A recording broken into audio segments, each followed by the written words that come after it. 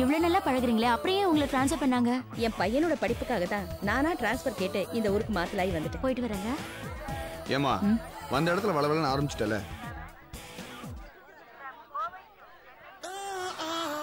Wow, சூப்பர்பா இருக்கா.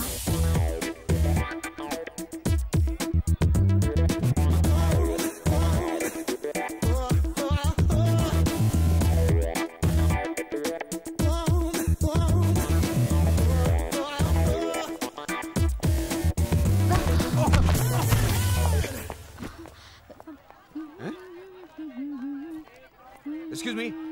Hello, என்னங்க இடிச்சிட்டு ஒரு சாரி கூட சொல்லாம போயிட்டு இருக்கீங்க? தெரியாம இடிச்சாதான் சாரி சொல்லணும். நான் தெரிஞ்சுதான் இடிச்சேன். நான் இதுக்கு சாரி சொல்லணும். என்ன தெரிஞ்சு இடிச்சீங்களா? ஆமா, ஒரு அழகான பொண்ணை பார்த்தா ஆம்பளைங்களுக்கு இடிக்கணும்னு தோணும் இல்லையா? அதே மாதிரி ஒரு அழகான ஆம்பளைய பார்த்ததும் இடிக்கணும்னு தோணுச்சு, அதான் இடிச்சேன். ஹலோ ஹேண்ட்ஸம், வேணும்னா பதிலுக்கு நீங்களும் ஒரு இடி இடிச்சுக்கோங்க. Sir sir sir sir sir நீங்க எங்க சார் போறீங்க? குடும்பத்தோட கிளம்பிட்டீங்க? என்ன திருச்சிக்கு ட்ரான்ஸ்ஃபர் பண்ணிட்டாங்க, போயிட்டு இருக்கேன். திருச்சிக்கா? ஆமா. என்ன சார் உங்களுக்கே நியாயமா இருக்கா? ஏன்னா மெனக்கிட்டு சென்னைக்கு வர சொல்லி மெடிக்கல் காலேஜ்ல ஃபைனல் இயர்ல சீட் வாங்கி தரேன்னு சொல்லிட்டு நீங்க பாட்டுக்கு திருச்சி கிளம்பிட்டீங்கன்னா என்ன சார் அர்த்தம்? இங்க பாருப்பா, இங்க பாரு, நீ மெடிக்கல் காலேஜ்ல ஜாயின் பண்ண வேண்டிய எல்லா ஏற்பாடையும் நான் பண்ணிட்டேன். நீ நேரா போய் டேனை பாக்குறேன். நான் வரட்டா? சார் நீங்க ஏன் சார் திருச்சி போறீங்க? அது வேற ஒண்ணும் இல்லப்பா.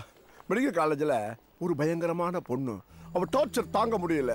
அவ ஒரு நாள் காலையில கிளாஸுக்கு கையில நாய்க்குட்டியோட வந்தான். நான் கேட்டேன், ஏம்மா இது மெடிக்கல் காலேஜா இல்ல பனகல் பார்க்கான்னு. இந்த ஒரு சின்ன கேள்விதான்ப்பா கேட்டேன். என்ன திருச்சிக்கு ட்ரான்ஸ்ஃபர் பண்ண வச்சுட்டா. நான் வரட்டா? யார் சார் அந்த பொண்ணு? பேரா தீபிகா. தீபிகாவா? தீபிகா. வாமா வாமா. இந்த ஊர்ல எல்லா பொண்ணுங்களும் ஒரு மாதிரியா இருப்பாங்க போல இருக்கு. To watch more, log on to www.erosentertainment.com.